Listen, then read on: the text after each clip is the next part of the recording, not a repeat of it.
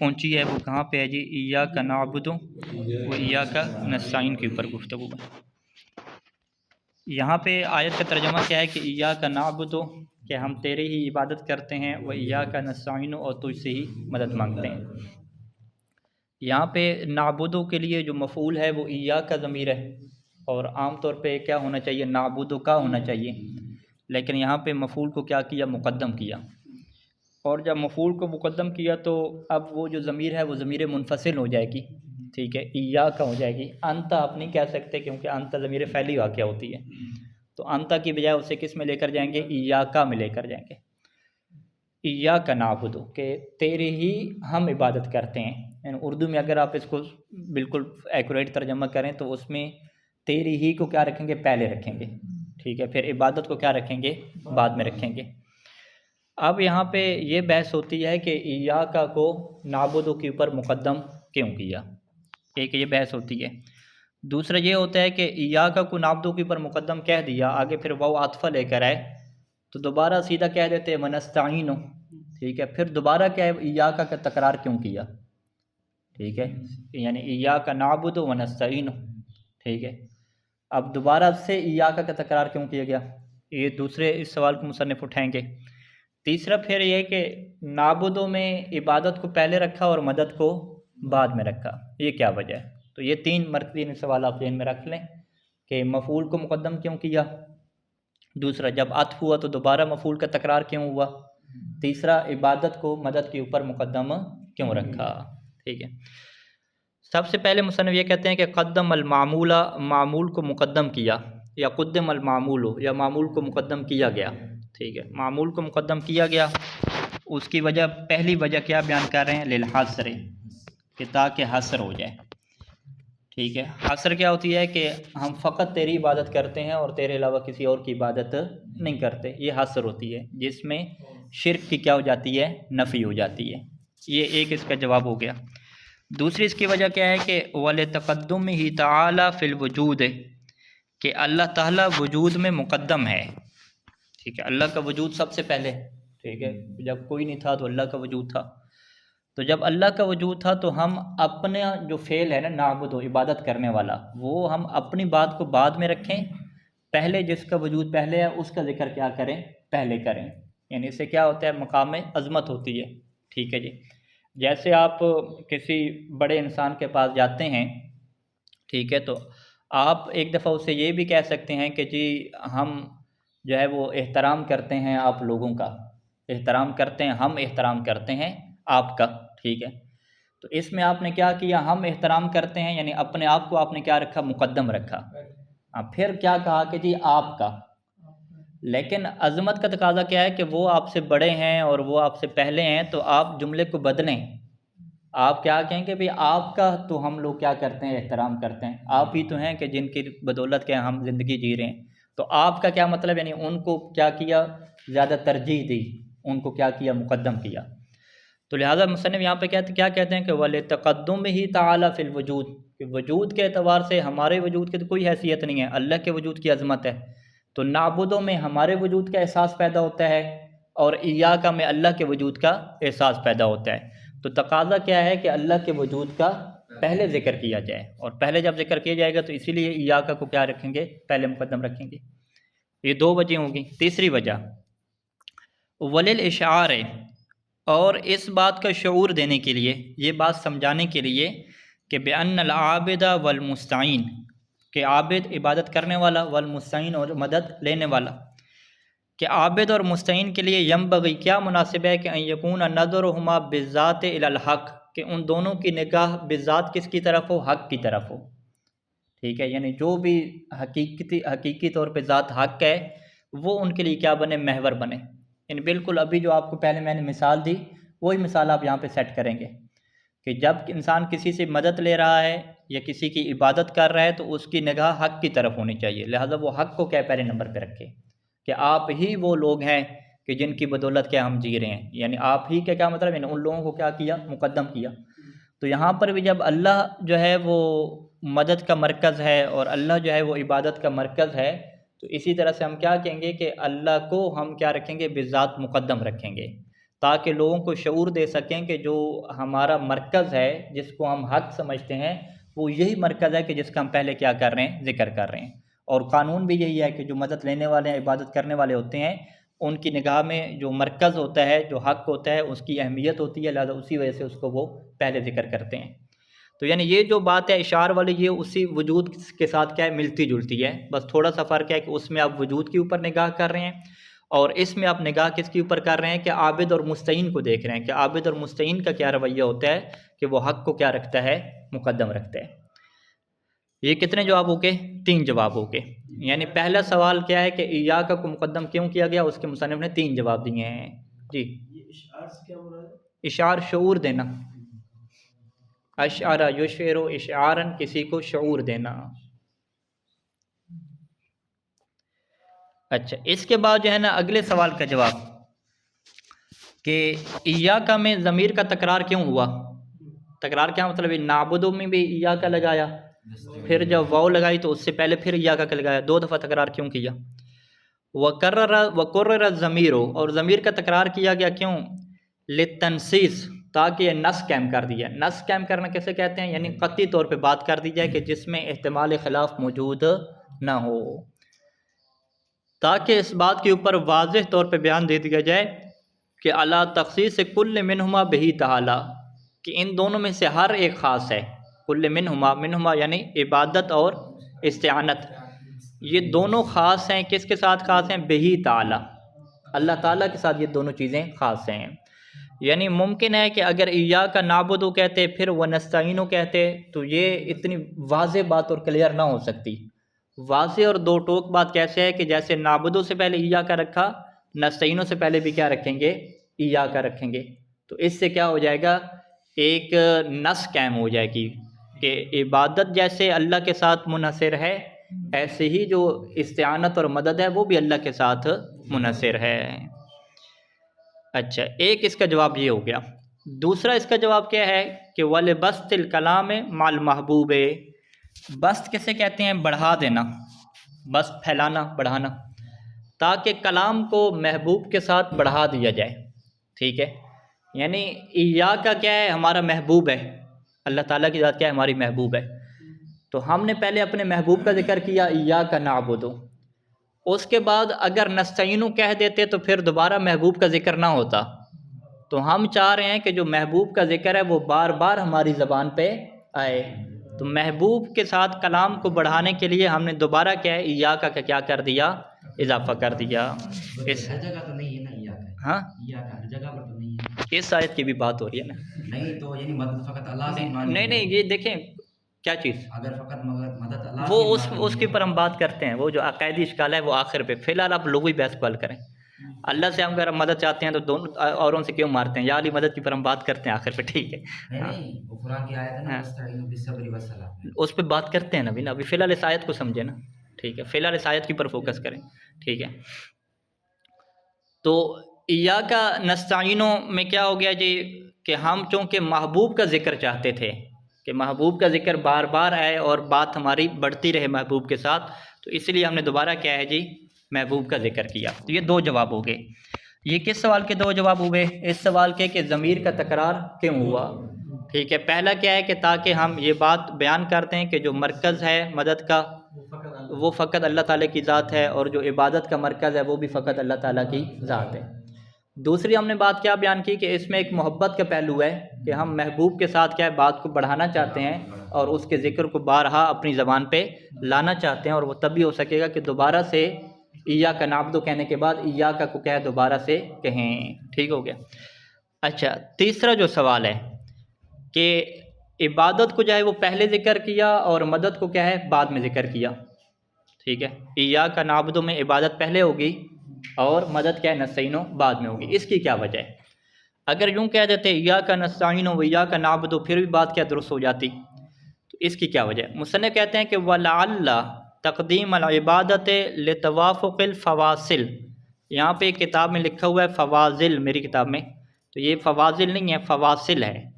ٹھیک ہے جی، فواصل کس کی جمع ہے؟ فاصلہ کی کیا جمع ہے؟ ٹھیک ہے، یہ شذ العرف میں بھی کیا بات گزری تھی، فاصلہ والی وہاں پہ بات آئی تھی۔ اور یہ جو عربی میں فواصل کہتے ہیں نا، یہ ایک جس طریقے سے ہمارے ہاں کیا ہے قافیہ یا ردیف ہوتا ہے، تو اسی طریقے سے جو فواصل کیا ہوتے ہیں، ایک جملے کے آخر پہ جو ایک ہوتا ہے قافیہ اور ردیف کی طرح کی چیز جو ایک جیسی ہوتی ہے، اسے کیا کہتے ہیں؟ فواصل کہتے ہیں، فاصل کہتے ہیں، ٹھیک ہے، فاصلہ کہتے ہیں۔ تو صورتحال کیا ہے کہ ایاک نعبد و ایاک نستعین ایک پوری آیت ہے، ٹھیک ہے، اور گزشتہ آیتوں میں آپ دیکھیں تو نظام کیا چل رہا ہے، ٹھیک ہے۔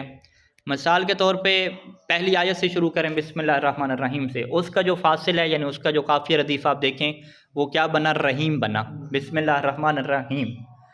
دوسری آیت میں ہے تو رب العالمین، اس کا مین بنا، رحیم مین۔ تیسرے میں آ جائیں الرحمن الرحیم، اس کا ہیم بنا۔ چوتھی میں آ جائیں مالک یوم الدین، اس کا کیا بنا؟ دین بنا۔ اب اگر نعبدو کو بعد میں رکھتے تو کیا بن جاتا؟ نعبدو بن جاتا۔ وہ جو فاصلہ ہمارا آ رہا ہے نا فواصل، اس کی موافقت ہی نہ رہتی۔ تو وہ موافقت تبھی رہ سکتی ہے کہ جب ہم نستعینوں کو کیا آخر پہ ذکر کریں، تاکہ جو ہے وہ ایک جیسے فواصل ہو جائیں، رحیم، عالمین، رحیم، دین، نستعین۔ تو یہ این جو ہے نا، یہ والا جو فاصلہ بن رہا ہے فواصل، اس کی موافقت تبھی ہو سکتی ہے کہ جب نعبدو کو پہلے رکھیں گے اور آیت کے آخر میں کیا آئے گا؟ نستعین آئے گا۔ لیکن رحیم میں تو یا میم ہے نا، ہاں یا نون تو نہیں ہے۔ کیا چیز؟ رحیم میں یا میم ہے نا۔ نہیں، وزن تو ایک جیسا ہے نا، وہ ہیم کا وزن آ رہا ہے نا، ٹھیک ہے، بسم اللہ الرحمن الرحیم، دین، ٹھیک ہے، عین۔ تو یہ جو ہے نا، جو آپ کیا کہتے ہیں فین کا وزن آپ کہہ رہے ہیں نا، کہ جو فین کا آپ کو وزن چاہیے، فیل کا جو وزن چاہیے، وہ تبھی پیدا ہو سکتا ہے کہ جب آپ کیا رکھیں گے؟ نستعین کو بعد میں رکھیں گے، ٹھیک ہے، یہ نقطہ واضح ہے۔ اسے عربی میں کیا کہتے ہیں؟ توافق کے فواصل کہتے ہیں، کہ تاکہ آیات کے جو فواصل ہیں وہ موافق ہو جائیں۔ کس میں موافق ہو جائیں؟ وزن میں کیا ہو جائیں؟ موافق ہو جائیں، سب کا وزن کیا ہے؟ ایک جیسا رہ جائے۔ یہ کیا ہو گیا؟ ایک جواب ہو گیا۔ دوسرا جواب کیا ہے کہ وَلِأَنَّ تقدیم الوسیلۃ قبل طلب الحاجت ادعی الی الاجابت۔ اسے کیا کہتے ہیں کہ وسیلہ کو مقدم کرنا حاجت مانگنے سے پہلے، یہ زیادہ اس بات کی گارنٹی دیتا ہے کہ آپ کی حاجت قبول ہو جائے گی، ٹھیک ہے۔ اور حاجت کو قبول کرنے کا وسیلہ ہمارے پاس کیا ہے؟ وہ اللہ کی عبادت ہے۔ وَاسْتَعِینُوا بِالصَّبْرِ وَالصَّلَاةِ، صبر سے کیا مراد ہے؟ روزہ، روزے اور نماز جو اللہ کی عبادت ہے، تو اللہ کی عبادت سے کیا ہے؟ مدد لو۔ تو جب ہم نے کہہ دیا ایاک نعبد، تو یہ کیا ہو گیا؟ عبادت کیا ہو گیا؟ وسیلہ ہو گیا۔ اس وسیلہ کے بعد ہم نے کیا لینی ہے؟ نستعین، ہم نے مدد لینی ہے۔ تو اب قانون کیا ہے ہمارے پاس کہ وسیلہ ہم پہلے اختیار کریں گے اور بعد میں کیا لیں گے؟ مدد لیں گے۔ تو اگر ہم ایاک نستعین ہو، یعنی مدد ہم پہلے لے لیتے اللہ سے اور وسیلہ جو عبادت ہے وہ بعد میں رکھتے، تو یہ ترتیب کیا درست نہ ہوتی۔ تو لہذا ترتیب کیا بنتی ہے کہ وسیلہ سے کیا مراد ہے؟ یعنی عبادت، ایاک نعبد، یعنی عبادت کو ہم پہلے لے کر آئیں اور عبادت کے بعد پھر ہم کس کا ذکر کریں؟ اپنی حاجت کا ذکر کریں۔ تو یہ کیا ہو جائے گا؟ دوسرا جواب ہو جائے گا۔ عبارت کیا ہے کہ وَلِأَنَّ تقدیم الوسیلۃ، کیونکہ وسیلہ کو مقدم کرنا، وسیلہ سے کیا مراد ہے؟ ایاک نعبد، عبادت، وسیلہ کو مقدم کرنا قبل طلب الحاجت، حاجت کو قبول کرنے سے پہلے، یہ کیا ہے؟ ادعا الی الاجابت، ادا کیا ہے؟ افعل تفضیل ہے، دعویٰ سے ہے، یعنی زیادہ دعوت دینے والا ہے۔ کس بات کی طرف زیادہ دعوت دینے والا ہے؟ اجابت کی طرف، یعنی یہ اجابت کی طرف آپ کو جلدی لے کر یہ چیز جانے والی ہے۔ اچھا جی، کتنے جواب ہو گئے اس کے؟ جی دو ہو گئے، ٹھیک ہے۔ کس سوال کے جواب چل رہے ہیں یہاں پہ؟ سوال کون سا ہے ایسا؟ سوال کیا ہے؟ سوال کیا ہے جس کے اوپر گفتگو چل رہی ہے؟ فی البدیع پہ ہے نا؟ یہاں پہ ایاک نعبد و ایاک نستعین میں جو ہے یہ نعبد جو ہے یہ وسیلہ بنا ہے۔ نہیں، سوال کیا ہے؟ سوال کیا ہے مبدار صاحب؟ سوال یہ ہے کہ نستعین کو مقدم کیوں نہیں کیا؟ ہاں، نستعین کو مقدم کیوں نہیں کیا، یہ سوال ہے۔ نعبد پہلے رکھا، نستعین بعد میں رکھا، یہ سوال ہے نا۔ اب پہلا اس کا جواب ہم نے کیا دیا کہ توافق کے فواصل ہو جائے۔ دوسرا جواب کیا دیا کہ بھئی عبادت وسیلہ ہے تو وسیلہ پہلے آئے گا اور حاجت طلب کرنا کیا ہے؟ بعد میں ہوگا۔ دو جواب ہو گئے۔ تیسرا جی، جو برادران ابھی تک آف لائن ہے وہ آن لائن ہو جائیں جی، تیسرے جواب کی طرف ہم جا رہے ہیں، ٹھیک ہے جی۔ وَلِمُنَاسَبَةِ تقدیم مطلوبہ تعالی من العباد علی مطلوبہم، اسے کہتے ہیں کہ ایک اور مناسبت ہے کہ عبادت جو ہے وہ اللہ نے ہم سے طلب کی ہے، ٹھیک ہے، اللہ کا حکم ہے کہ میری کیا کرو؟ عبادت کرو، ٹھیک ہے، تو عبادت کو ہم کیا کہتے ہیں؟ یہ اللہ کا مطلوب ہے۔ اور مدد کیا ہے؟ یہ ہماری ڈیمانڈ ہے اللہ سے کہ ہم کیا اللہ سے مدد مانگ رہے ہیں، تو عبادت کیا ہے؟ ہمارا مطلوب ہے، ٹھیک ہے، عبادت کہہ رہا ہوں، مدد، ہاں، مدد کیا ہے؟ ہماری چاہت ہے، ہمارا مطلوب ہے، اور عبادت کس کا مطلوب ہے؟ اللہ کا مطلوب ہے، یعنی عبادت کا اللہ نے حکم دیا اور مدد کے لیے ہم اللہ کو کیا ہے؟ التماس کر رہے ہیں، اس سے کیا دعا مانگ رہے ہیں۔ تو اب دو مطلوب آگے نا، ایک ہے اللہ کا مطلوب، ایک ہے ہمارا مطلوب۔ تو مناسبت کا کیا تقاضا ہے کہ اللہ کا مطلوب پہلے آپ رکھیں اور بعد میں کیا ہے؟ اپنا مطلوب رکھیں، یعنی پہلے اللہ کی ڈیمانڈ پوری کریں، پھر آپ اپنی التماس اور ڈیمانڈ کیا ہے وہاں پہ سامنے رکھیں، ٹھیک ہے جی۔ والے مناسبت اس وجہ سے کہ تقدیم مطلوب تعالیٰ، کہ اللہ تعالیٰ کا مطلوب مقدم ہے، کس سے جی؟ من العباد علی مطلوب، بندوں سے مقدم ہے، کس بات کے اوپر؟ علی مطلوب، بندوں کے مطلوب کے اوپر۔ تو مدد مانگنا بندے کی ڈیمانڈ ہے اور عبادت اللہ کی ڈیمانڈ ہے، تو اللہ کی پہلے ڈیمانڈ رکھی جائے گی، پھر کیا ہے؟ بندے کی اس ڈیمانڈ کو کیا کہیں گے؟ التماس کہیں گے، پھر بندے کی کیا رکھی جائے گی؟ التماس رکھی جائے گی۔ تو یہ کتنے جواب ہو گئے؟ 3 جواب ہو گئے۔ چوتھا جواب، وَلِأَنَّ الْمُتَكَلِّمَ لَمَّا نَسَبَ الْعِبَادَةَ إِلَىٰ نَفْسِهِ، کہ متکلم نے جب یہ کہا نا کہ إِيَّاكَ نَعْبُدُ، کہ ہم تیری عبادت کرتے ہیں، تو اس سے کیا لگا؟ اس سے یہ لگا کہ جیسے ہم بہت سارے کام کرتے ہیں، ٹھیک ہے، ہم کیا لوگوں کی مدد کرتے ہیں، ہم کھاتے پیتے ہیں، ہم شادیاں کرتے ہیں، ہم پڑھتے ہیں، سوتے ہیں، تو انسان کو کیا لگتا ہے کہ یہ جو وہ سارے کام کر رہا ہے وہ اپنی طاقت سے کر رہا ہے، ٹھیک ہے، تو اس کے ذہن میں یہ چیز آتی ہے کہ جیسے میں دنیا کے سارے کام کرتا ہوں، اس میں میرا اپنا ارادہ اور اختیار ہوتا ہے، اور طاقت بھی کیا ہوتی ہے؟ اپنی ہوتی ہے۔ تو جیسے ہی اس نے کہا کہ اللہ ہم تیری عبادت کرتے ہیں، تو یہی جو اس کی عادت بنی ہوئی ہے، یہی چیز اس کے ذہن میں آئے گی کہ جب ہم اللہ کی عبادت کرتے ہیں تو یہ بھی تو ہمارا فعل ہے جی، ہم کر رہے ہیں کام، ٹھیک ہے۔ تو اس تصور کو ختم کرنے کے لیے کہ یہ جو میں اللہ کی عبادت کر رہا ہوں، یہ بھی میں اپنی طاقت سے نہیں کر رہا، بلکہ اس عبادت کرنے کے لیے بھی میں کس کا محتاج ہوں؟ اللہ کا محتاج ہوں، اور میں اس عبادت کے لیے بھی میں اللہ کی مدد لیتا ہوں، تاکہ اللہ مجھے طاقت دے، اللہ مجھے ہمت دے، اور میں اس کی کیا کر سکوں؟ عبادت کر سکوں۔ تو اسی وجہ سے جو ہے وہ نعبدو کو پہلے کہا تاکہ انسان اپنے فعل کا اظہار کرے، اور پھر فوراً کیا نستعینو کہہ دے تاکہ اللہ کے سامنے یہ اظہار کرے کہ یہ والا جو میرا فعل ہے نا، عبادت والا، اس میں بھی میں کیا کرتا ہوں؟ تیری ہی مدد طلب کرتا ہوں، تاکہ اس کے ذہن سے یہ جو اس کی عادت بنی ہوئی ہے کہ جب وہ کام کرتا ہے تو یہی سوچتا ہے کہ میں اپنی طاقت سے کر رہا ہوں، یہ اس کا کیا ہو جائے؟ چکر ختم ہو جائے، اور وہ فوراً فوکس کس کے اوپر ہو جائے کہ یہ ساری جو مدد ہو رہی ہے وہ کس کی طرف سے ہو رہی ہے؟ اللہ کی طرف سے ہو رہی ہے۔ جس طریقے سے کہ امام سجاد علیہ السلام کی دعاؤں میں ہے کہ اللہ جب ہم تیرا شکر کرتے ہیں تو اس شکر کے اوپر ایک اور شکر واجب ہو جاتا ہے کہ یہ شکر بھی تو ہم نے تیری طاقت سے کیا، تو نے ہمیں ہمت دی، تو لہٰذا جو شکر ہم کر رہے ہیں یہ بھی تو نے ہمیں عطا کیا، تو اس کے اوپر ہم ایک اور شکر کریں گے، جب وہ شکر عطا کریں گے وہ بھی تو نے عطا کیا، تو اس طرح سے کیا ہے؟ ہم عاجز ہو جائیں گے کہ تیرا شکر کیا ہے؟ ادا کر سکیں۔ اچھا، وَلِأَنَّ الْمُتَكَلِّمَ، کیونکہ متکلم نے لما نسب العبادت، عبادت کو نسبت دی کس کی طرف؟ الی نفسی، اپنی طرف، یعنی ہم عبادت کرتے ہیں نا، اپنی بات کی، تو کانا، تو یہ فعل کیا ہو گیا؟ کل معتد، اسی عادت کی طرح، یعنی کانا کل معتد، یہ اسی معتد کی طرح ہو گیا، معتد یعنی جس سے شمار کیا جائے، اعتد یعتد، تو یہ اسی شمار کرنے کی طرح ہو گیا کہ بما یستر منہ، کہ جو اس سے کیا صادر ہوتے ہیں۔ معتد کیا مطلب؟ انسان بہت سارے کام شمار کرتا ہے نا، ٹھیک ہے، یہ میں مدد کرتا ہوں، میں پڑھتا ہوں، میں یہ کام کرتا ہوں، بہت سارے کام انسان کہتا ہے نا، تو یہ بھی کیا کل معتد ہو گیا، اسی شمار کرنے والے فعلوں کی طرح ہو گیا کہ بما یستر منہ، جو انسان سے کیا ہوتے ہیں؟ صادر ہوتے ہیں۔ فعقبہ، تو پس وہ فوراً اس کے بعد لے کر آیا، عقبہ تعقیب، فعقبہ، تو وہ اس فعل کے بعد کیا لے کر آیا کہ بأنہا ایضا لا تتم، کہ میرا یہ والا فعل بھی کیا ہے؟ تتم، کمپلیٹ نہیں ہو رہا، مکمل نہیں ہو رہا، الا بمعونۃ اللہ تعالی، مگر کس کی مدد کے ساتھ؟ اللہ تعالیٰ کی مدد کے ساتھ، تو اس لیے فوراً اس نے کیا کہہ دیا؟ ایاک نستعین کہہ دیا، تاکہ یہ ثابت کر سکے کہ عبادت والا فعل بھی اللہ کی مدد کے بغیر نہیں ہو رہا، اس میں میرا بھی کوئی کمال نہیں ہے، یہ ساری اللہ کی عطا ہے، ٹھیک ہے جی۔ ٹوٹل کتنے جواب ہو گئے اس سوال کے؟ 4 کیا جواب ہو گئے؟ 4 جواب کس کو یاد ہیں؟ ابھی ایک بندے کو یاد ہیں، 2 کو یاد ہیں، ماشاء اللہ، یہ پرانی خوراکوں کا اثر ہے نا، ٹھیک ہے جی۔ حبدار صاحب بیان کریں والا، پہلے سوال بیان کریں جی، نستعینوں کو بعد میں رکھا اور عبادت کو کیا پہلے رکھا؟ پہلی وجہ فواصل کی موافقت ہو جائے، دوسری طلب وسیلہ کی وجہ سے، ایک نے دیکھ کے بتا رہے ہیں بھائی، ہاں زبانی والا ہوتا ہے، ارشد صاحب زبانی والے ہیں، ٹھیک ہے، آپ بھی زبانی والے ہیں، چلیں آپ بتائیں جی زبانی میں. ایک تو جو ہے وہ فواصل کی وجہ سے ٹھیک. فواصل، اور دوسرا جو ہے وہ اس کی یا کا کے ذریعے اس کی وہ کلام کو بڑھانے کے لیے. محبوب کے ساتھ کلام کو بڑھانے کے لیے مکس اپ ہو گیا، چیزیں مکس اپ ساری کر دیں.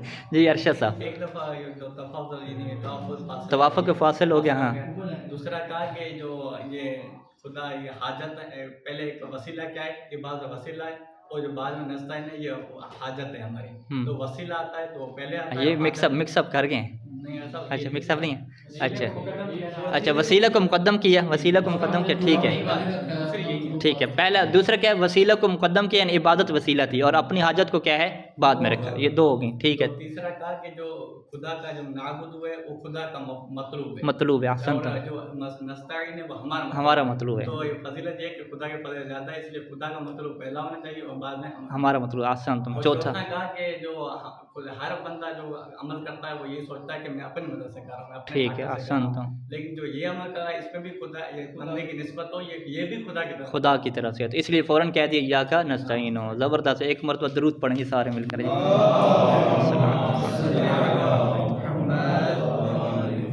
یہ دیکھیں یہ آن لائن ہے، یہ بندے سے کہتے ہیں آن لائن ہے، اور خوراکیں بھی اچھی ہیں. ٹھیک ہے. توفیقاتی بحال ہیں، آپ سے بہتر ہے. تو آپ لوگ بھی کوشش کریں سارے بھائی آن لائن مکمل رہیں اور چیزوں کو حفظ کریں، اپنے ذہن کو بہتر بنائیں انشاءاللہ. جی اچھا اگلا ایک اور پھر بحث مصنف نے شروع کی. وہ کہتے ہیں کہ الضمیر المستقن ٹھیک ہے فی الفعلین للقاری، کہ یہ جو ضمیر ہے دونوں فعلوں میں نعبدو کی، یہ کس کے لیے ہے؟ قاری کے لیے ہے نا. جو ضمیر مستقن، مستقن کیا مطلب ہوتا ہے؟ جو اس کے اندر چھپی ہوئی ضمیر ہے. ٹھیک ہے جی. اب یہاں پہ یہ بحث ہے کہ بھئی قاری ایک ہے یا دو ہے. ٹھیک ہے. قاری تو ایک ہی بندہ ہوگا نا، جب یہ سورہ الحمد پڑھ رہا ہوتا ہے وہ ایک ہی ہوتا ہے. ٹھیک ہے. تو قاری ایک ہے اور ضمیر کس کی استعمال کر رہے ہیں؟ جمع کی استعمال کر رہے ہیں. ایاک نعبدو، یعنی میں خود نماز پڑھ رہا ہوں اکیلا، اور میں کیا کہہ رہا ہوں؟ ایاک نعبدو، کہ اللہ ہم تو اس سے کیا ہے مدد لیتے ہیں. تو ضمیر کس کی طرف پلٹ رہی ہے؟ قاری کے لیے پلٹ رہی ہے نا. تو قاری ایک ہے، ضمیر وہ کس کی استعمال کر رہے ہیں؟ جمع کی استعمال کر رہے ہیں. حالانکہ جو جمع کی ضمیر ہے وہ عظمت کے لیے ہوتی ہے، مقام تحقیر میں، مقام جو انسان اپنے آپ کو جب کم استعمال کرتا ہے تو وہ اپنے لیے جمع کی ضمیر استعمال نہیں کرتا. ٹھیک ہے. وہ اپنے لیے کیا واحد کی ضمیر استعمال کرتا ہے. تو اب مصنف کیا کہتے ہیں بھی یہ صورتحال کیوں بن گئی؟ ٹھیک ہے. یعنی وَأَثَّرَهُ عَلَى الْمُفْرَدِ وَالْمَقَامِ مَقَامُ تَحْقِيرٍ. ٹھیک ہے. یہ ایک سوال مصنف نے کھڑا کیا کہ اثر کیا ہوتا ہے؟ ترجیح دینا. وَأَثَّرَهُ یعنی اس ضمیر کو ترجیح دی گئی، یا أُثِّرَهُ اس ضمیر کو ترجیح دی گئی کس کے اوپر؟ علی المفرد. اثر میں ہو کی ضمیر کدھر جا رہی ہے؟ اس ضمیر کی طرف کہ جو چھپی ہوئی ہے. ٹھیک ہے. نعبد اور نستعین کے اندر جو نحنو کی ضمیر ہے اس کی طرف کیا ضمیر جا رہی ہے؟ کہ وَأُثِّرَهُ یعنی اس ضمیر کو کیا ہے ترجیح دی، یا اثرہ یا اس قاری نے اس کو کیا ترجیح دی. کس کے اوپر ترجیح دی؟ علی المفرد، مفرد کی ضمیر کے اوپر. جبکہ والمقام مقام و تحقیرن، جبکہ جو مقام ہے وہ مقام تحقیر ہے. اپنے آپ کو کوئی بلند تو نہیں کہہ رہا ہے نا، کوئی بڑے کمال کی بات تو نہیں کر رہا. بات یہی کر رہے ہیں نا کہ ہم تو محتاج ہیں اللہ تیرے. ٹھیک ہے. بات جو ہے وہ احتیاج کی کر رہے ہیں، بات جو ہے وہ بندگی اور عبادت اور غلامی کی بات کر رہے ہیں. اور ضمیر اس کی دیکھیں تو کیا ہے، وہ کیا جمع والی آ رہی ہے. تو یہ بات کیا ہے کیسے درست ہو رہی ہے؟ ٹھیک ہے. واضح ہے؟ سوال واضح ہے جی؟ ٹھیک ہے. سوال کیا ہے برادر آپ بتائیں سوال. ہاں یہ جو ضمیر جو ہے ہاں وہ جمع لے کر کیوں ہے؟ کیوں لے کر آئیں؟ جبکہ یعنی عبادت کرنے والا جو ہے وہ واحد ہے. ہاں عبادت کرنے والا واحد ہے، اور واحد ہونے کے ساتھ ساتھ وہ مقام تحقیر میں ہے. ٹھیک ہے. مقام حقار عظمت کے مقام میں تو نہیں ہے نا، یعنی کوئی وہ کمال تو نہیں کر، کوئی فعل تو بڑے بڑے انجام نہیں دے رہا نا. ٹھیک ہے. تو ضمیر کو جمع کی بجائے واحد لانا چاہیے تھا. یعنی کیسے ہونا چاہیے تھا؟ ایاک اعبد و ایاک استعین، یہ ہونا چاہیے تھا. ٹھیک ہے. تو مصنف اس کے جو ہے مختلف جواب دیتے ہیں. سب سے پہلا جواب کہ لدخول الحافظۃ، تاکہ جو فرشتے ہیں نا جو حفاظت کرنے والے ہیں ان کو بھی اپنے ساتھ کیا کرے؟ شامل کرے. ٹھیک ہے. دائیں اور بائیں جو فرشتے ہیں ان کو بھی ساتھ شامل کرے کہ تم بھی میرے ساتھ کیا ہو جاؤ؟ شامل ہو جاؤ، اور میرے ساتھ جو ہے وہ کہو کہ اے اللہ ہم تیری عبادت کرتے ہیں اور تو اسی کیا کرتے ہیں؟ مدد کرتے ہیں. تو لہٰذا پہلا جواب کیا ہوگا کہ بھئی کس نے کہا کہ وہ فقط اپنی بات کر رہے ہیں؟ ٹھیک ہے. نعبدوں میں وہ فقط اپنی بات اگر کر رہا ہوتا تو پھر آپ کیا کہتے کہ دیکھو جی بندہ ایک ہے اور ضمیر اپنے لیے کیا استعمال کر رہا ہے؟ ہم کی استعمال کر رہا ہے. وہ کہتے نہیں ایک کے لیے کر ہی نہیں رہا، وہ تو جو دو فرشتے ہیں ان کو بھی ساتھ شریک کر رہے ہیں. ٹھیک ہے، ان کو بھی کہہ رہے ہیں کہ تم بھی میرے ساتھ ہمیشہ شریک ہو. تو ہم مل کے کہتے ہیں اللہ کی بارگاہ میں، ٹھیک ہے، اللہ ہم تو اسی مدد لیتے ہیں اور تو اسی کیا ہے تیری عبادت کرتے ہیں. ٹھیک ہو گیا، پہلی یہ بات ہوگی. دوسری کیا ہے کہ او حاضر الجماعت، انسان بعض اوقات کیا ہوتا ہے جماعت میں ہوتا ہے، تو انسان جماعت میں جب یہ جملہ پڑھ رہا ہوتا ہے تو وہ نیت کیا کرتا ہے کہ میں اس جماعت کے جتنے بھی لوگ حاضر ہیں، حاضری الجماع، یعنی اس جماعت کے اندر جتنے بھی حاضر ہیں میں سب کو کیا شامل کر رہا ہوں، سب کو شامل کر کے میں کیا کہہ رہا ہوں، ایاک نعبد و ایاک نستعین کہہ رہا ہوں، جماعت کے حاضر. تیسرا جواب کیا ہے کہ او کل موجود، وہ یہ کہتا ہے کہ بھئی جو بھی موجود ہے نا دنیا میں سب کی طرف سے یہ بات کہہ رہا ہوں، میں فقط اپنی طرف سے نہیں کہہ رہا. یعنی اللہ کی ذات بڑی بلند ہے، میں فقط اپنی بات نہیں رکھ رہا اللہ کی بارگاہ میں یہ کہہ رہا ہوں کہ اللہ تو وہ ذات ہے کہ ہم سب تیری عبادت کرتے ہیں. بندہ ایک ہے لیکن نمائندگی کس کی کر رہا ہے؟ ہر موجود کی کیا کر رہا ہے. یہ تیسرا جواب ہو گیا. چوتھا کیا ہے کہ او کل عضو من اعضائہ، کہ وہ اپنے جسم کو دیکھ رہا ہے اور جسم کے ہر عضو کی نمائندگی کر رہا ہے. جب نعبدو کہہ رہا ہے تو اس کا مطلب کیا ہے کہ میرے جسم کا ہر عضو اے اللہ تیری عبادت کرتا ہے. تو ہر عضو کیسے عبادت کیا کر سکتا ہے؟ کہتے ہیں یہ قرآن کی آیت ہے کہ وَإِن مِّن شَيْءٍ إِلَّا يُسَبِّحُ بِحَمْدِهِ، کہ کوئی چیز ایسی نہیں ہے مگر یہ کہ وہ اللہ کی حمد کر رہی ہو، تسبیح کر رہی ہو.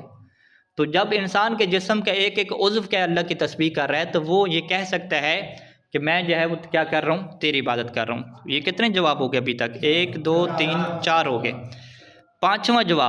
پانچواں یہ ہے جواب کہ ایذاناً بحقارت نفسہ، کہ وہ جمع کا صیغہ بول کے اپنے آپ کو حقیر ثابت کر رہے ہیں. وہ کیسے جی؟ وہ یہ کہہ رہا ہے کہ جب میں اللہ کی بارگاہ میں عبادت لے کر جا رہا ہوں اور پھر اللہ سے کیا مدد بھی مانگنے جا رہا ہوں، تو اگر میں اکیلا جاؤں تو میری تو کوئی حیثیت نہیں ہے، میری تو کیا ہے کوئی حیثیت نہیں ہے کہ اتنی بڑی ہستی کے سامنے میں اکیلا چلا گیا ہوں. تو لہٰذا میں کیا کروں گا، سب کو لے کے ساتھ چلوں گا اور سب کو لے کر کیا کہوں گا اللہ کی بارگاہ میں کہ اللہ ہم سب تیری عبادت کر رہے ہیں اور ہم سب تو اس سے کیا مدد مانگنے ہیں. ٹھیک ہے، یعنی اس کو ہم سمجھانے کے لیے ایک مثال سے ہم کیا کہتے ہیں کہ اگر آپ نے جو ہے وہ ادارے کے بڑے مدیر فرض کریں، شیخ اعظم صاحب کا نام لے لیتے ہیں، خدا ان کی حفاظت فرمائے، کہ ان سے جو ہے وہ آپ لوگوں نے ڈیمانڈ کرنی ہو، ٹھیک ہے، کہ بھئی پیپر کیا کریں لیٹ کر دیں. ٹھیک ہے جی، اب جو ہے وہ اگر ایک بندہ جائے گا تو وہ کیا کہے کہ میری ایک کی کیا حیثیت ہے. ٹھیک ہے، تو ہم کیا سب کو لے کر چلتے ہیں. ٹھیک ہے، پوری جماعت جائے گی اکٹھی تو پھر کیا ہوگا کہ سب لوگ کہیں گے کہ بھی دیکھیں گے ہم سب لوگ بڑے مشکل میں آ چکے ہیں تو آپ کچھ رحم کریں. ٹھیک ہے، تو اس سے کیا ہوگا کہ آپ جو ہے وہ سب کے جو ہے وہ عاجزی کا اظہار کرنے چاہ رہے ہیں.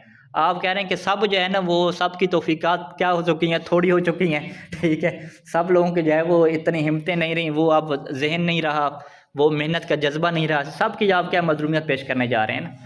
تو اسی طریقے سے جو ہے وہ آپ خود کو سمجھتے تھے کہ میں ایک تو اپنی مظلومیت کو پیش کرنے کے لیے کیا ہے بہت کم ہوں، میری اتنی حیثیت نہیں ہے کہ مظلومیت صحیح طریقے سے پیش ہو سکے. اب باقیوں کو جب سب اکٹھا کروں گا نا تو ایک مظلومیت بڑے انداز میں کیا پیش ہوگی. تو یہاں پر بھی یہی بات ہے کہ وہ ایذان، یعنی اس بات کو سمجھاتے ہوئے، ایذان کیا ہوتا ہے کسی چیز کسی کو کیا سمجھانا، اس بات کو سمجھاتے ہوئے کہ بحقارت نفس ہی، کہ اس کا نفس حقیر ہے، بہت کم ہے. کس بات سے؟ کہ عن عرض العبادت و طلب المعونت منفردن، کہ وہ عبادت پیش کر دے اور مدد طلب کر لے منفردن، اکیلا ہی، بدون الانضمام الی جماعت، اور کسی جماعت کے ساتھ منضم ہی نہ ہو. کون سی جماعت؟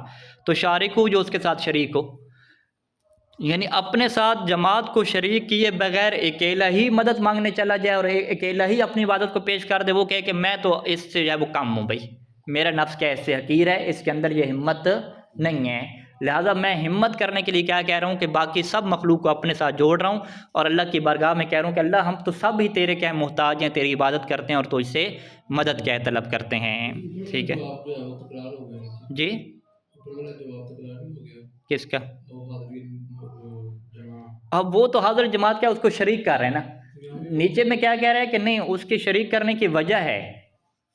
ٹھیک ہے، اس کی وجہ بنیادوں پہ شریک کرنے کی کیا ہے کہ وہ اپنے آپ کو کم سمجھتا ہے کہ وہ خود جا ہی نہیں سکتا، اس کی تو اکیلے ہمت ہی نہیں ہے. اکیلے کہتا ہے کہ میرے اکیلے بس کی بات ہی نہیں ہے کہ میں اللہ کی بارگاہ میں یہ جملہ کہہ سکوں.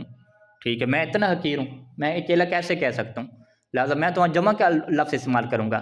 حتیٰ کہ اگر وہ اکیلا چلا بھی جائے، آپ میں سے کوئی بندہ اکیلا چلا بھی جائے، ٹھیک ہے، اسی مثال میں وہ کیا کہے گا مدیر کو جا کے؟ وہ یہ نہیں کہے گا کہ میرے لیے مشکل ہے، وہ کیا کہے گا سب برادران کہہ رہے ہیں ہم سب کے لیے مشکل ہے، یوں کر کے پیش کرے گا، ٹھیک ہے۔ اس کا مطلب کیا ہے کہ وہ یہ سمجھانا چاہتا ہے کہ میری فقط ایک اگر مشکل رکھی ہے تو اس کی کوئی حیثیت نہیں ہے، اب سب لوگوں کی مشکل رکھیں گے تو اس سے کیا ہے ایک بات کیا واضح ہوگی مزید، ٹھیک ہے۔ تو لہٰذا یہاں پہ کیا ہے کہ وہ کہہ رہا تھا کہ بے حقارت نفسی عن عرض العبادت، کہ اس کا نفس ہی چھوٹا ہے، اس کا نفس ہی حقیر ہے کہ وہ عبادت کو پیش کرے اور مدد کیا طلب کرے بغیر اس کے کہ جماعت کو ساتھ شریک کرے۔ ہاں جماعت کو شریک کرے گا تو پھر کچھ نہ کچھ کیا بات بن جائے گی، وگرنہ تو کیا کوئی بات بننے والی نہیں ہے، ٹھیک ہے جی۔ کما یسنو، مصنف کیا محتاج مثال اس کی دیتے ہیں، کما یسنو جیسا کہ یہ انسان کرتا ہے کہاں پہ، فی عرض الہدایا، کہ جب تحفے پیش کرنے ہوں، ورفع الحوائج، اور اپنی حاجات لے کر جانی ہوں کس کی طرف، الی الملوک، کے بادشاہوں کی طرف۔ تو بادشاہ کو تحفے پیش کرنا اور اس سے کیا ہے اپنی ڈیمانڈ پوری کروانے کے لیے کیا ہے پوری ٹیم لے کر جاتے ہیں، ٹھیک ہے۔ اب ایک انسان اکیلا نہیں جاتا، اگر انسان اکیلا بھی جائے تو پھر بھی وہاں پہ وہ جملہ کیا استعمال کرتا ہے، میں سب کی طرف سے کیا ہے آپ کے لیے تحفے لے کر آیا ہوں، سب کی طرف سے آپ سے کیا مدد مانگ رہا ہوں، یوں جملے کہتا ہے۔ تو یہ کیوں کہتا ہے؟ کیونکہ وہ اپنے آپ کو کیا کم تر سمجھ رہا ہے۔ تو بالکل یہی صورتحال کیا ہے اللہ کی بارگاہ میں بھی کیا ہے انسان اسی انداز کو اپناتا ہے، ٹھیک ہے جی۔ یہ ٹوٹل 6 جواب ہو گئے میرے خیال میں، ہاں 5 ہو گئے، 5 جواب ہو گئے، ٹھیک ہے جی۔ اچھا ہاں آگے جو ہے وہ 5 جواب ہو گئے نا، ہاں چھٹا جواب احترازن، چھٹا جواب کیا احترازن سے ہے، ہاں ایذانن کے بعد کیا احترازن ہے۔ ایک تو کیا ہے اس نے بتلا دیا اپنے حقیر ہونے کا، اور دوسرا کیا ہے کہ احترازن وہ بچنا چاہتا ہے کہ جمع کا صیغہ کیوں استعمال کر رہا ہے، واحد کا کیوں نہیں استعمال کر رہا۔ وہ یہ بچنا چاہتا ہے کہ اگر میں یہ دعویٰ کروں کہ میں ہی اللہ کی عبادت کرتا ہوں اور میں ہی جو ہے وہ اللہ سے عبادت کیا ہے وہ اللہ سے مدد طلب کرتا ہوں، تو ہو سکتا ہے میں اپنے دعوے میں جھوٹا ہوں، ٹھیک ہے۔ تو لہٰذا میں اپنے ساتھ باقی ہستیوں کو بھی کیا شریک کر دیتا ہوں، پورے وجود کو، اہل بیت علیہ السلام سب کو کیا شریک کر دیتا ہوں، کیونکہ کوئی نہ کوئی سچا تو ہوگا اس میں سے، ٹھیک ہے۔ یعنی بالکل ایسے کہ جیسے آپ جا کے کہہ رہے ہیں کہ جی میرے لیے مشکل ہے امتحان دینے میں، ٹھیک ہے، تو ہو سکتا ہے آپ کو لگے کہ بھئی میرے لیے تو مشکل نہیں ہے، میں تو محنت کر لوں تو ٹھیک ہو جائے گا، یہ تو ہو سکتا ہے جھوٹ نہ ہو جائے۔ تو آپ پھر میرے لیے جھوٹ سے بچنے کے لیے آپ طریقہ کار کیا بناتے ہیں کہ یہ ہمارے لیے مشکل ہے، طلاب کے لیے مشکل ہے، کیونکہ اس میں کسی کے لیے تو مشکل ہوگی، ٹھیک ہے۔ تو اس لیے کہ تاکہ یہ انسان اپنے دعوے میں جھوٹا نہ ہو جائے۔ کون سا دعویٰ؟ کہ تیری ہی عبادت کرتے ہیں اور تجھ سے مدد کرتے ہیں۔ اس دعویٰ میں جھوٹ سے بچنے کی خاطر وہ فقط اپنی بات نہیں کرتا، وہ سب دنیا کے لوگوں کو شریک اس میں کرتا ہے، تاکہ یہ بات کیا ہے کبھی جھوٹ نہ ہونے پائے، یہ بات کیا ہو جائے سچ ہو جائے۔ ہاں یہ اسی سے ملتا جلتا ہے، یعنی اس کی علت ہو جائے گی ایک طرح سے، ٹھیک ہے۔ واحترازاً عن الکذب، یعنی یہ جھوٹ سے بچنے کی خاطر ہے، لو انفرد فی ادعائی، کہ اگر وہ اپنے اس دعویٰ میں کیا ہو جائے منفرد ہو جائے، ٹھیک ہے جی۔ اچھا اس کے بعد ایک اور سوال کیا مصنف نے اٹھایا، مصنف نے کیا جواب اٹھایا کہ بھئی جب انسان نے شروع کیا تھا بسم اللہ الرحمن الرحیم سے الحمد پڑھنا شروع کی، وہاں پہ کیا کہا کہ میں شروع کرتا ہوں اللہ کے نام سے جو رحمان اور رحیم ہے، یعنی اس نے جب شروع کیا تو وہ اللہ سے مخاطب نہیں تھا، ٹھیک ہے، اللہ سے مخاطب تو نہیں تھا، اللہ سے تو یہ نہیں کہہ رہا تھا کہ اے اللہ میں تیری حمد کر رہا ہوں تو رحیم ہے، اس طرح کے جملے تو نہیں کہہ رہا تھا، وہ تو ایک عمومی جملہ کہہ رہا تھا جیسے ہم کہتے ہیں غیب کا صیغہ کہتے ہیں نا، ٹھیک ہے، کہ میں جی شروع کرتا ہوں اللہ کے نام سے جو رحمان اور رحیم ہے، تمام تعریفیں اس رب کے لیے ہیں اور اس کے اللہ کے لیے ہیں جو رب العالمین ہے، جو رحمان اور رحیم ہے، جو مالک یوم الدین ہے، یوں کر کے۔ تو لیکن جب عبادت کی بات آئی تو فوراً ہی اس نے کیا اپنا انداز بدل دیا، انداز بدل کے اس نے ڈائریکٹ جو ہے وہ اللہ سے خطاب کرنا شروع کر دیا، ٹھیک ہے، مخاطب کس کو بنا لیا؟ اللہ کو بنا لیا۔ اگر اسی اسلوب کو باقی رکھا جاتا تو یہاں پہ کیا کہتا کہ ہم جو ہے وہ اس کی عبادت کرتے ہیں، ایاک کے بجائے کیا رکھتا؟ ایاہو رکھتا نا۔ شروع میں جب نظام یہی چل رہا ہے کہ وہ جی اللہ ایک ہے، تمام تعریفیں اللہ کے لیے، رب العالمین ہے، اس طریقے سے اس نے اللہ کی عظمت کی بات کی نا، تو اللہ کی عظمت کی بات کرتے ہوئے سیدھا کیا کہا جاتا ہے؟ ایاہو، ہم اسی کی عبادت کرتے ہیں، اسی سے مدد مانگتے ہیں، بس یہ بات یوں غیب کے ساتھ چلتی رہتی۔ اس میں جو التفات ہے، توجہ ہے، وہ بدل گئی اس کی، پہلے غیب کی طرف توجہ تھی، ابھی التفات کیا ہوگی؟ مخاطب کی طرف ہوگی۔ تو اس کو بلاغت میں کیا کہتے ہیں؟ حسن الالتفات کہتے ہیں، کہ غیب سے آپ کیا کریں؟ مخاطب کی طرف آ جائیں فوراً، کہ پہلے خطاب نہیں کر رہے تھے، آپ نے انداز کون سا بھی بدل لیا، خطاب والا ڈال دیا، تو اس التفات کی وجہ کیا بنی؟ ٹھیک ہے، سوال واضح ہے کہ پہلے خطاب اللہ کو نہیں کر رہا تھا، لیکن اچانک سے جب عبادت کی بات آئی، مدد کی بات آئی، تو فوراً اللہ کو خطاب کرنا کیوں شروع کر دیا؟ یعنی اب جو اس کا معاملہ ہے وہ اللہ کے ساتھ ڈائریکٹ ہو گیا، اللہ کے ساتھ جڑ گیا۔ پہلے وہ سب کے سامنے اس طرح کی بات کر رہا تھا، لیکن جب عبادت کے مرحلے میں آئے تو بس اللہ کے ساتھ کیا ہے وہ خصوصی گفتگو شروع ہوگی۔ ٹھیک ہے، اس کی کیا وجہ؟ اچھا، وہ حسن الالتفات ہونا، حسن التفات یہاں پہ کیوں ہے جی؟ حسن التفات ہونا انا، حسن التفات مبتدا بنے گا، یعنی التفات کا حسن یہاں پہ اس لیے ہے۔ التفات سے کیا مراد ہے؟ ہاں، التفات کی آپ تشریح کریں گے۔ التفات کیا ہے کہ مخاطب کی طرف اپنے کلام کو بدل دینا، ہاں، غیب سے مخاطب کی طرف آ جانا، اسے کیا کہتے ہیں؟ التفات۔ یہ بلاغت کا کیا قانون ہے؟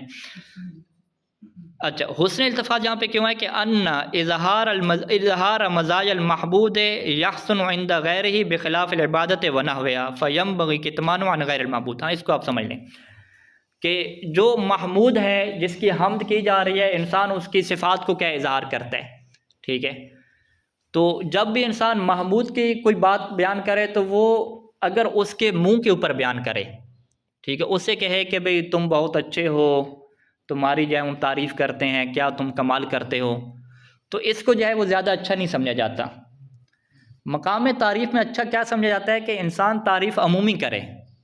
ٹھیک ہے، ہاں، عمومی جب وہ غیب میں ہوتا ہے تو وہ اس کی کوئی بات چھوڑتا نہیں ہے۔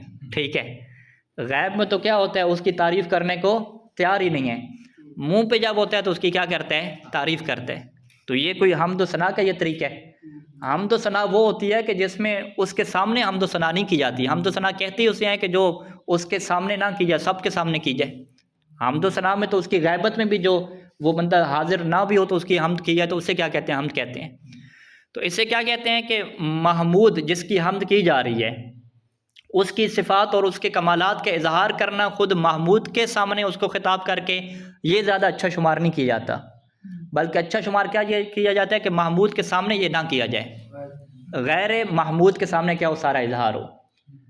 لیکن جب آپ محمود سے مدد مانگنے لگیں اور اس کی عبادت کی آپ بات کرنے لگیں تو پھر آپ کیا ہے اپنے تعلق کو محبوب کے ساتھ خاص جوڑ لیں۔